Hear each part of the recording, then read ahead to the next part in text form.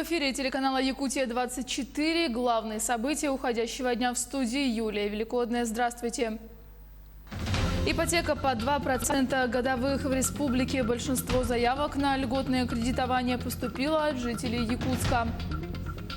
Доступ к интернету для всех на Слегов. Нюрбинский улус полностью подключен к высокоскоростной сети. Открытие зала для греко-римской борьбы и мастер-класс. Трехкратный олимпийский чемпион Александр Карелин в Якутске. Похолодание до 52 градусов в районах Якутии. Понижение температуры ожидается в эти четверг и пятницу. В торговых центрах Алдана нет предновогодней суеты. С чем связано такое нетипичное для предновогоднего времени поведение?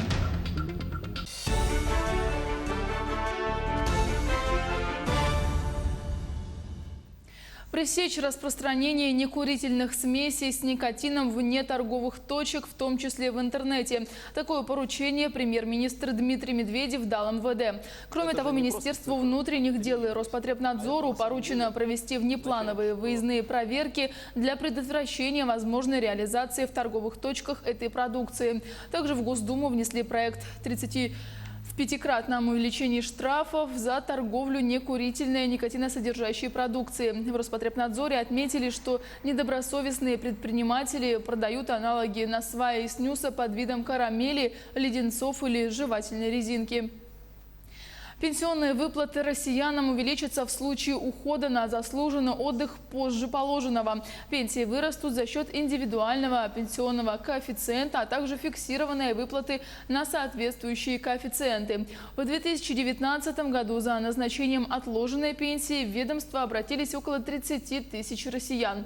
После выхода на пенсию число накопленных индивидуальных пенсионных коэффициентов умножается на их актуальную стоимость. Если пенсионер захочет работать дальше, проведенную индексацию никто уже не отменит. В республике подавляющее большинство заявок на выдачу льготной ипотеки по 2% годовых поступило от жителей Якутска, сообщил во время заседания Совета органов местного самоуправления глава региона Айсан Николаев.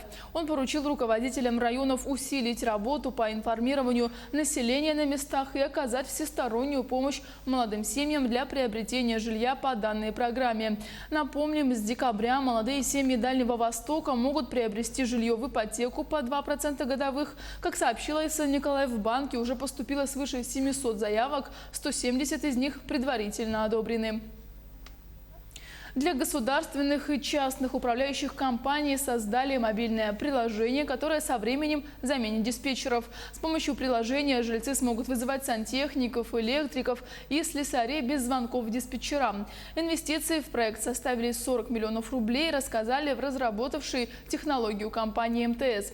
С помощью сервиса также можно передавать показания счетчиков, оплачивать коммунальные и коммерческие услуги управляющей компании, участвовать в электронных голосованиях и опросах. В Нюрбинском районе торжественно запустили волоконно-оптическую линию связи «Нюрбинский экспресс». В режиме телемоста запустили высокоскоростную сеть во всех населенных пунктах Нюрбинского района. Весной 2018 года администрация муниципального района Нюрбинский район и публичное акционерное общество «Ростелеком» подписали соглашение о сотрудничестве в сфере реализации на территории Нюрбинского района инвестиционных проектов. Благодаря консолидации были охвачены оптикой все оставшиеся населенные пункты, находящиеся в отдалении от федеральной автодороги Вилюй. В декабре 2019 года «Ростелеком» завершил строительство основных внутриулусных оптических сетей в Нюрбинском районе. Подготовительные работы, проектные. Они шли давно, просто благодаря соглашению муниципального района между компанией «Ростелеком» наши мечты реализовались. Работали здесь, как говорится, всем миром, все сотрудники работали. Каждый был привлечен к этому делу. В течение 2 лет с 2018 года компания проложила в Нюрбинском районе более 350 километров волоконно-оптической линии связи, не считая работы внутри сел. Сегодня пропускная способность ВОЛ составляет 10 гигабит в секунду. В охват оптикой вошли даже малонаселенные села Аранастах и Чкалов. Общее количество жителей в этих населенных пунктах, по данным Всероссийской переписи населения 2018 года, достигает до 106 человек. Я с уверенностью скажу, что Нюрбинский район, один из первых Республики Саха-Якутия, провел эту работу совместно с Министерством связи и с публичным акционерным обществом Ростелеком. Так что каждый житель Нюрбинского района может сейчас уже пользоваться системой скоростной линии связи. Благодаря строительству телеком-инфраструктуры 22 населенных пункта с общей численностью около 24 тысяч жителей могут подключить у себя дома безлимитный интернет, услуги интерактивное телевидение и другие цифровые сервисы. Сегодня с уверенностью можно сказать, что поставленные президентом страны задачи по устранению цифрового неравенства в Нюрбинском районе решены в полном объеме. Роман Савинов, Геннадий Матвеев, Эдуард Васильев, Нюрбинский район. На Якутской ГРЭС-2 начался пожар. Такой сценарий на учениях отрабатывали сотрудники Главного управления МЧС России по Якутии совместно с персоналом станции. Вымышленному возгоранию был присвоен наивысший 3-й ранг сложности. Как прошли учения, знает Сергей Михедов. По сценарию пожарно-тактических учений возгорание началось в здании электроцеха. Сначала огонь пытались тушить сотрудники Якутской ГРЭС-2 собственными силами. Затем к тушению пожара подключились пожарные расчеты города Якутска. Главной задачей было отработать взаимодействие пожарных и энергетиков в случае чрезвычайного происшествия. Кроме того, по вводной события развивались наихудшим образом. Возгорание произошло в трансформаторной подстанции с разливом масла. В таком случае происшествие может обернуться экологической катастрофой. Огонь удалось локализовать примерно за полчаса. Гарнизон с поставленными задачами справился. По результатам учения будет проведен разбор с выработкой предложений, и соответствующая информация будет направлена всем заинтересованным структурам. Для Якутской ГРЭС-2 это были первые пожарные учения в экстремальных условиях зимы. Раньше подобные сценарии разыгрывали только в теплое время года. Кроме того, на предприятии есть своя собственная система пожаротушения. По сегодняшнему сценарию от сильных морозов водовод замерз, поэтому пришлось вызывать пожарные расчеты. Сотрудники ГРЭС дали оценку и собственным действиям. Очень хорошая система пожаротушения. Испытывается она согласно графика 2 раза в год. Это весенний период в мае и подготовка к УЗП в сентябре. Мы сейчас соберемся, все обсудим и уже оценку окончательную поставим. Но предварительно оценка хорошо. Сейчас в МЧС подводят итоги проделанной работы в этом году. В столице республики находятся начальники пожарно-спасательных гарнизонов и отрядов, а также председатели районных КЧС. Эти учения стали практической частью сборов. Руководители улусных пожарных частей своими глазами увидели, как нужно действовать во время чрезвычайного происшествия на объекте особого назначения. Данный объект Якутская ГРЭС-2 ПАО «Якутскэнерго» является объектом жизнеобеспечения не только для города Якутска, но и для всей республики. Соответственно, если происходит чрезвычайная ситуация на объекте данной категории, то будут задействованы все силы и средства. В Главном управлении МЧС России по Якутии оценили учения на удовлетворительно. Все недочеты будут разобраны на отдельном совещании. Кроме того, якутские спасатели перешли на режим повышенной готовности, ведь с наступлением морозов вероятность возникновения чрезвычайной ситуации увеличивается в несколько раз. Сергей Михедов, Семен Семенов, Якутск. За 2019 год по железнодорожным путям Якутии впервые перевезли 7 миллионов тонн грузов. Об этом сообщил генеральный директор компании «Железные дороги Якутии» Василий Шимохин. По сравнению с прошлым годом показатели увеличились на 30%. Также выросли и показатели по пассажироперевозкам. За этот год услугами железных дорог Якутии воспользовались 100 тысяч пассажиров. В первую очередь это связано с открывшимся в июле участком дороги Беркакит-Тамот-Якутск до станции Нижний Бестях. Сейчас мы совместно с российскими железными дорогами проводим очень большую работу, и где-то, наверное, в мае будет изменено немножко расписание, и наше поездное формирование будет идти уже до Тынды, и там практически сразу же вагоны будут уходить и на Благовещенск, и на Хабаровск. Мы сейчас отрабатываем график движения более удобный для наших пассажиров.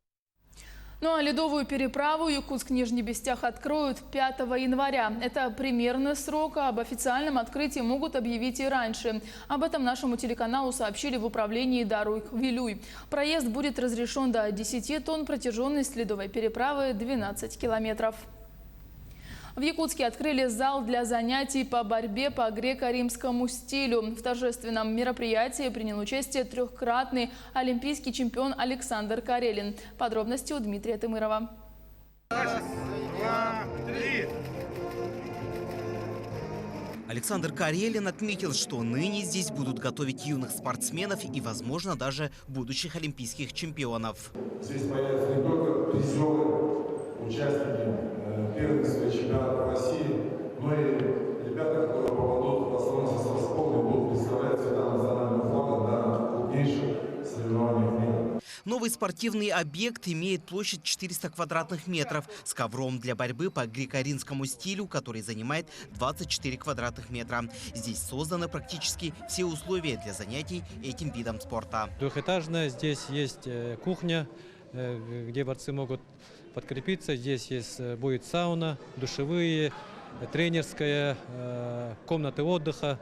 То есть все условия есть. Зал теплый, значит, светлый. Оборудованные, значит, тренажерами. На торжественном открытии нового зала гостю из Москвы воспитанники Якутского училища Олимпийского резерва продемонстрировали свои показательные выступления, а также провели небольшую экскурсию. Я уже занимаюсь 2 года, и я хочу стать как Карелин. Ну, думаю, что многие люди хотят после этого открытия заниматься именно греко-римской борьбой.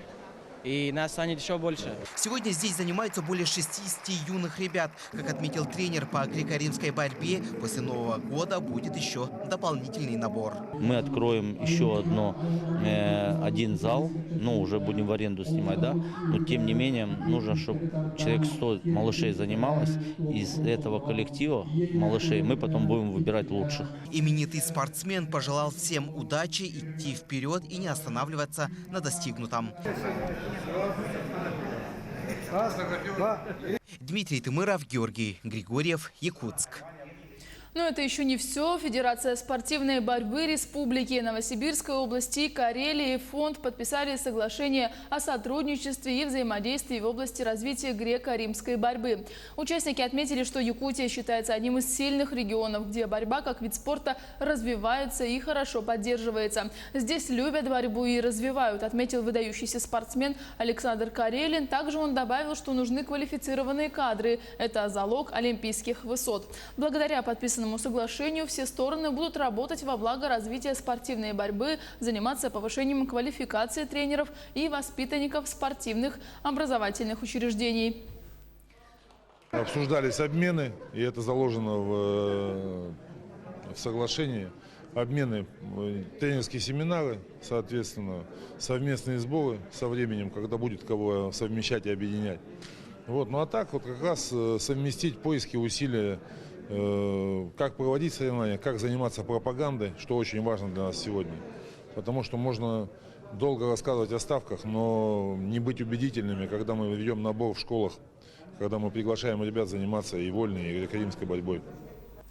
Также Александр Карелин и чемпион Европы, обладатель Кубка мира Александр Игнатенко поделились своим опытом. Спортсмены продемонстрировали свои фирменные захваты, рассказали юным ребятам, как вести схватку и стать победителем в борьбе. Для показательных выступлений спортсменов были приглашены воспитанники училища Олимпийского резерва, ДЮСШ, кадетской школы, студенты СВФУ и воспитанники школы Якутска для глухих.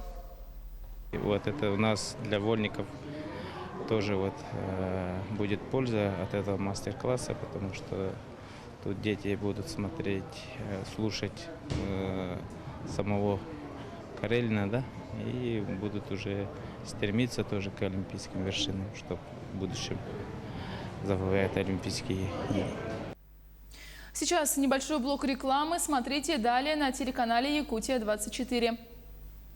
Похолодание до 52 градусов в районах Якутии. Понижение температуры ожидается в эти четверг и пятницу. В торговых центрах Алдана нет предновогодней суеты. С чем связано такое нетипичное для предновогоднего времени поведение? В эфире «Итоги дня». Мы продолжаем. Индексация социальных выплат в новом году коснется 200 тысяч якутян. На заседании правительства Якутии Кабинет министров утвердил коэффициент индексации и размеры отдельных видов социальных выплат. В том числе индексация с 1 января коснется семей с детьми. Так, за рождение первого ребенка размер выплаты составит 35 320 рублей. За рождение или усыновление второго ребенка семьи получат 466 617 рублей. Этот размер размер материнского капитала и 139 985 рублей составит размер выплаты регионального материнского капитала за детей, рожденных начиная с 1 января 2020 года. Также индексация коснется и размера ежемесячных выплат при рождении или усыновлении третьего или последующих детей до 3 лет. Выплата составит 17 660 рублей. С января 2020 года будет произведена индексация на 3%, и она затронет более чем 200 тысяч получателей мер социальной поддержки. На эти цели в республиканском бюджете предусмотрено 136 миллионов рублей, и они в полном объеме учтены в государственной программе «Социальная поддержка граждан населения в Республике Саха-Якутия». Госпрограмму по развитию Арктики и коренных малочисленных народов Севера утвердили в Якутии. В целом, как отметили в профильном министерстве, 2019 год во многом стал переломным для арктической политики страны и нашего региона. В частности, включение 8 районов Якутии в состав арктической зоны России, разработка федерального законопроекта о господдержке предпринимательской деятельности, поручение президента Владимира Путина об обеспечении значения показателей социального развития территории арктической зоны до уровня не ниже среднего по России. Также в течение года велась активная разработка стратегических документов по развитию Арктики, как на федеральном, так и на региональном уровне. Коллегия постановила в 2020 году продолжить эту работу. В Ленском районе с целью привлечения новых кадров на селе строятся дома по программе «Моя Якутия в 21 веке» на условиях софинансирования из бюджета Ленского района. В начале следующего года будут введены в эксплуатацию 2 дома в селах Ортанахара и Чамча, рассчитанные на 4 семьи. А уже сегодня в селе Южная Нюя торжественно вручили ключи от новых квартир молодым специалистам Наслега. Новый 4-квартирный дом благоустроен, оснащен сантехникой, а отопление подается от сельской котельной. Это первая квартира в нашей деревне, первый дом такой обустроенный, что он благоустроенный, что в нем имеется душевая кабина, туалет. Достаточно удобно расположена сама квартира, что недалеко от сада, вот у нас напротив сад расположен, также школа близко. Влада Тимофеева стала новым руководителем Национального художественного музея Якутии. Имя нового директора республики назвали сегодня. Влада Тимофеева, заместитель директора художественного музея по научной работе, сейчас готовится приказ о ее назначении. Затем необходимые документы будут отправлены на антикоррупционную проверку, и только после этого с ней будет заключен контракт на 3 года, сообщили в пресс-службе республиканского Минкульта. Похолодание до 52 градусов прогнозируют в районах Якутии. Синоптики обещают 26 и 27 декабря понижение температуры в центральной заречной группе районов республики, северо-восточных, восточных и нижнеленских районах. Ожидаются густые туманы.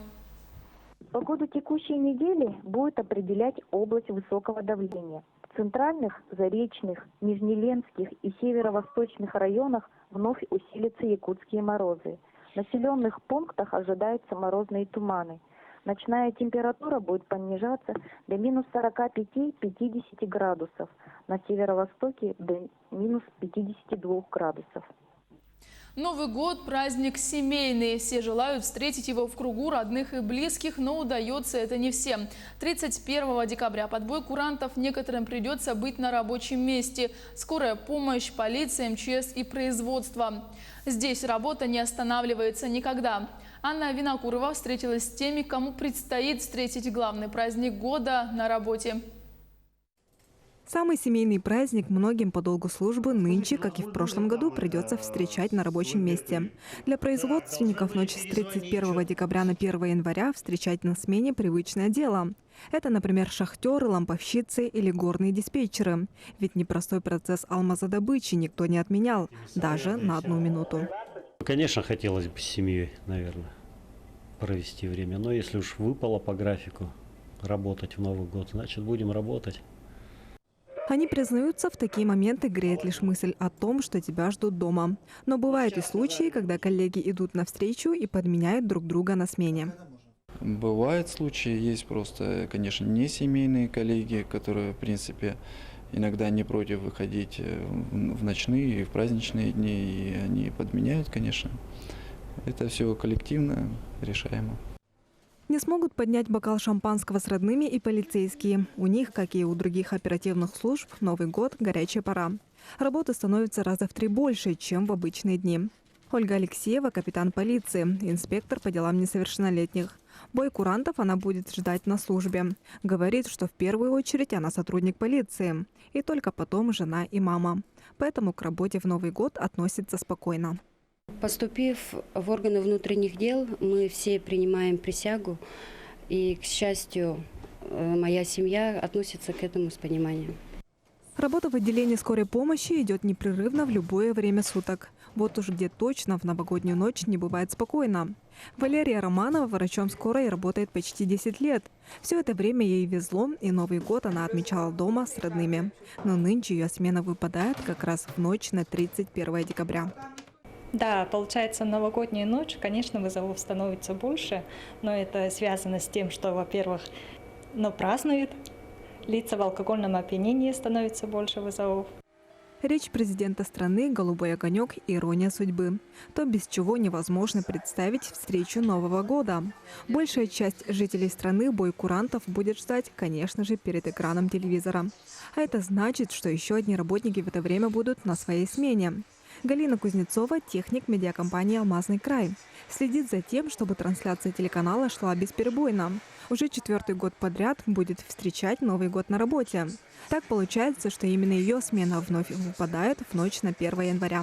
Слушать поздравительную речь президента страны она будет за пультом аппаратно-студийного комплекса. В этом году у меня не совпадала смена, я должна была отдыхать в новогоднюю ночь. Но так получилось, вот такие обстоятельства, что коллега ушла на больничный, и смена опять выпала мне.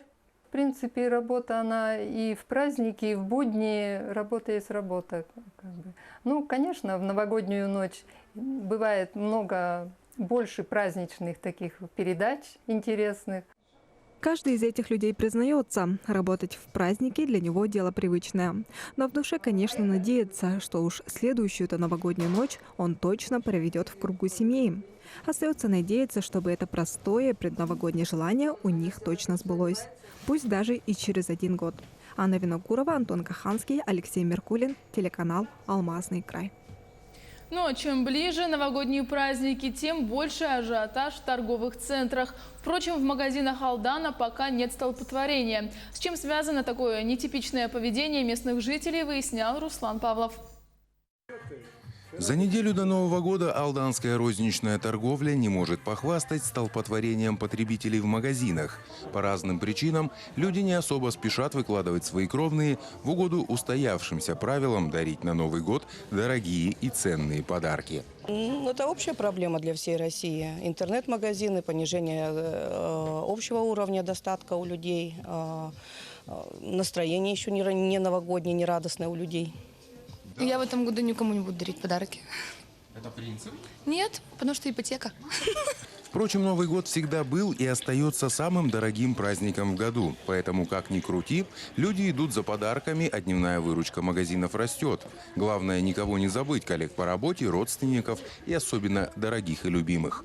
Жене уже телефон подарил, дочери планшет приобрел, там еще куча подарков для родственников, еще плюс стол новогодний. То есть подарки электронные пошли? Да. Ребенку 10 лет, там конфетами не отделаешься. Не сильно искушенные идут по более дешевому и простому пути, ограничиваясь самыми банальными, но всегда приятными вещами. Обязательно символ года, обязательно. И конфет, наверное. Конфеты, все. Ой, да все берут.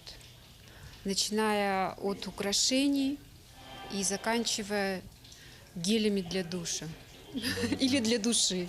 Дилемма, что подарить, а потом где купить, приводит к тому, что приобретение подарков затягивается до крайних дат. Потом покупается, что под руку попадет. Как обычно, народ все на последнее оставляет, на последние буквально деньки.